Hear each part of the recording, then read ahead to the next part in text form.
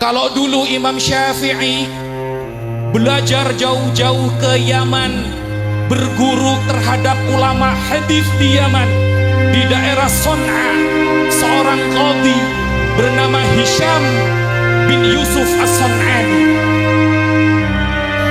Imam Ahmad bin Hanbal, perjuangan Imam Syafi'i diteruskan oleh muridnya, juga belajar ke daerah Son'a di Yaman. Belajar kepada siapa Imam Ahmad?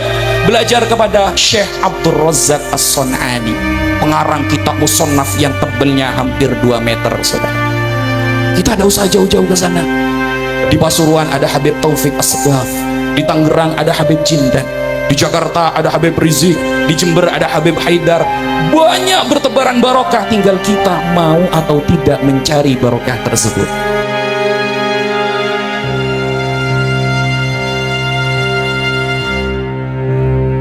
Dalam salah satu ceramahnya, Ustaz Wafi menyampaikan kalimat yang menarik namun problematis. Kita nggak usah jauh-jauh ke sana. Di Pasuruan ada Habib Taufik As-Segaf, di Tangerang ada Habib Jindan, di Jakarta ada Habib Rizik, di Jember ada Habib Haidar. Banyak bertebaran barokah, tinggal kita mau atau tidak mencari barokah tersebut. Pernyataan ini kemudian disambungkan dengan kisah Imam Syafi'i yang pergi jauh ke Yaman berguru kepada para ulama hadis seperti Hisham bin Yusuf As-San'ani dan Abdul Razak As-San'ani. Dengan demikian, seolah perjalanan umat menghadiri majelis para habaib modern hari ini dianggap setara nilainya dengan perjalanan ilmiah Imam Syafi'i. Disinilah letak masalah epistemologisnya. Yang pertama, talabul ilm ke talabul barokah. Islam menempatkan ilmu sebagai puncak kemuliaan manusia. Al-Quran secara eksplisit menegaskan, Allah meninggikan derajat orang-orang yang beriman dan yang diberi ilmu beberapa derajat. Rasulullah Shallallahu Alaihi Wasallam pun tidak memerintahkan umatnya mencari barokah dari nasab atau status sosial, tetapi menuntut ilmu sebagai jalan menuju cahaya. Imam Al-Ghazali dalam Ihya Ulumuddin menulis, keutamaan seorang alim atas seorang abid seperti keutamaan bulan atas seluruh bintang. Maka jelas, menuntut ilmu bukanlah sekedar mencari auranya orang soleh, tetapi upaya sistematis menggali kebenaran dari sumbernya yang otentik. Disinilah letak perbedaan mendasar antara tolabul barokah dan talabul ilm. Yang pertama sering emosional dan simbolik. Yang kedua bersifat intelektual dan argumentatif. Imam Syafi'i pejuang ilmu bukan pencari figur. Dalam sejarah Islam, perjalanan Imam Syafi'i ke Yaman sama sekali bukan perjalanan spiritual mencari barokah dari keturunan Nabi.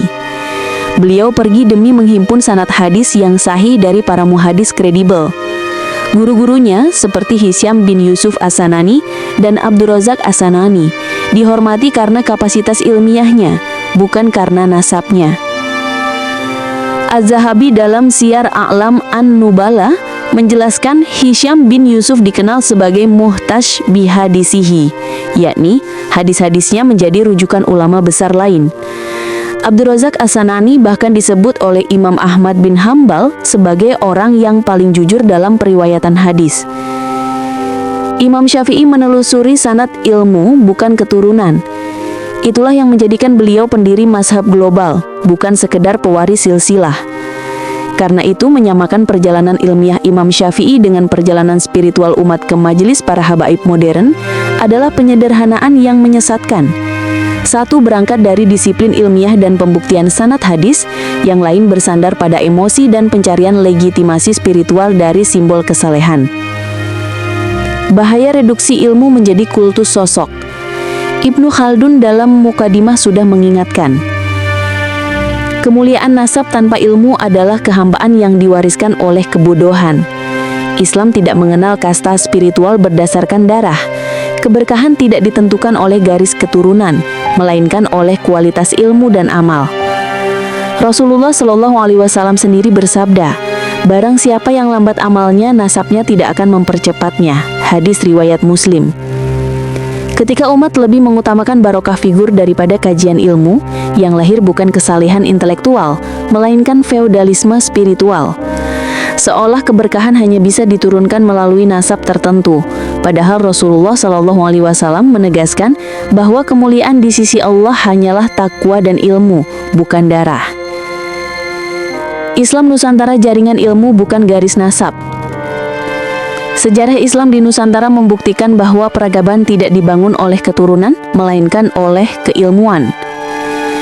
Kiai Haji Hashim Asy'ari, Kiai Haji Ahmad Dahlan, Kiai Haji Wahid Hashim, dan ratusan ulama pesantren lainnya adalah contoh konkret.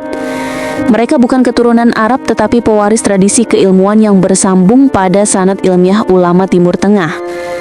Penelitian Azyumardi Azra dalam Jaringan Ulama Timur Tengah dan Kepulauan Nusantara 1994 menunjukkan bahwa hubungan ulama Nusantara dengan Timur Tengah berlangsung melalui transmisi ilmu, bukan hierarki nasab. Mereka belajar ke Mekah dan Madinah bukan untuk mencari barokah habaib, melainkan untuk mendalami fikih, tafsir, dan hadis. Dari sanalah lahir Islam yang berakar kuat, bukan karena darah, tetapi karena ilmu. Jika hari ini sebagian dai menanamkan logika bahwa barokah habaib identik dengan sanad ilmu, maka itu adalah kemunduran epistemologis. Islam Nusantara justru pernah menjadi kuat karena menolak feodalisme spiritual semacam itu. Penutup. Ilmu adalah barokah sejati. Mencintai orang saleh adalah bagian dari iman. Tetapi menyamakan perjalanan ilmiah Imam Syafi'i dengan pencarian barokah kepada tokoh habaib modern adalah reduksi sejarah dan penyimpangan logika ilmiah. Imam Syafi'i tidak menuntut ilmu untuk mengusap tangan guru-gurunya, melainkan untuk menegakkan kebenaran dengan argumen dan sanad yang sahih. Ali bin Abi Thalib pernah berkata, nilai seseorang diukur dari apa yang ia ketahui.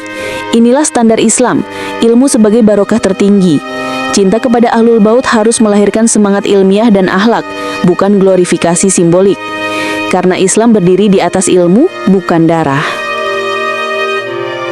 Jika Anda tidak sependapat dengan narasi opini ilmiah populer ini, silahkan hadirkan karya tandingan yang serupa. Dengan begitu, khazanah literatur kita akan semakin kaya. Karena ilmu sejatinya hanya bisa diuji dengan ilmu, bukan sekadar narasi, argumentasi kosong, atau provokasi. Mari kita biasakan berdialog dengan hujah, bukan dengan emosi. Dan untuk Anda yang ingin terus menyimak opini-opini menarik, kritis, dan berbobot seperti ini, jangan lewatkan konten kami berikutnya. Tekan tombol subscribe, aktifkan lonceng notifikasi, dan jadilah bagian dari perjalanan intelektual ini. Sebab setiap narasi adalah pintu menuju pemahaman yang lebih dalam. Wassalamualaikum warahmatullahi wabarakatuh.